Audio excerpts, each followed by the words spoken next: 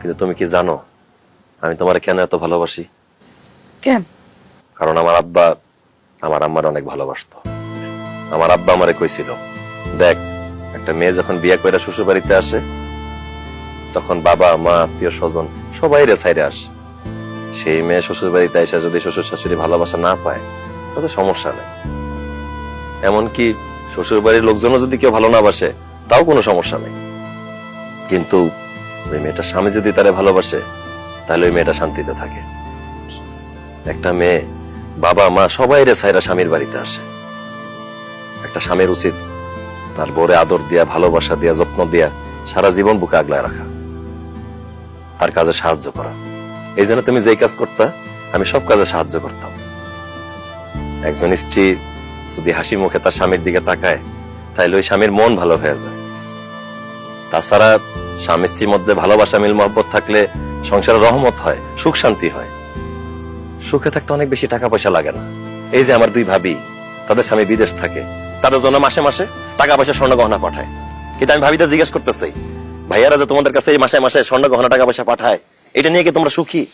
ভাইরে, আজকে একটা সত্যি কথা কই, আমিও ভাবের মতো মনে করতাম আমার স্বামী বিদেশে গেলে আমি মনে হয় অনেক সুখে থাকবো, শান্তিতে থাকবো।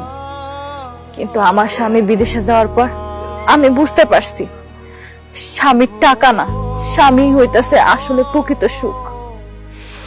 স্বামীর ভালোবাসা, আদর, যত্ন কোটি টাকা দিয়েও পাওয়া যায় না। স্বামী যে মাথার উপর কত বড় ছায়া, এটা কোনো বটবৃক্ষ দিতে পারবো না।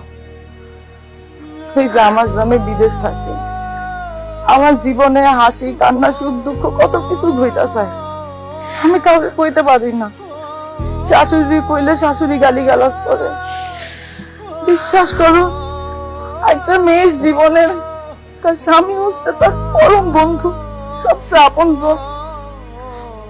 এই যে মাঝে মধ্যে যখন রাতে আমার ঘুম ভাঙা যায়, পাশে তাকায় দেখি সে আমার পাশে নাই, তখন চিৎকার করে কাঁদতে ইচ্ছা করে, কইতে ইচ্ছা করে, ফোন করে তুমি চলে আসো, আমার কিচ্ছু লাগবো না, টাকা পয়সা সোনা দানে কিচ্ছু লাগবো না।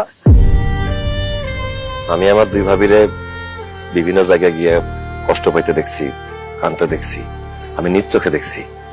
তখনই আমি ভেবে ফেলাইছি আমি যেদিন বিয়ে করব আমার বউরে রেখা দূরে কোথাও যাব না, আমি আমার বউয়ের কাছে থাকবো, তারে মন ভইরা ভালোবাসবো। তুমি আমার বিদেশে পাঠাইতে চাইছিলা, বিশ্বাস করো আমি বিদেশে চলে যেতাম।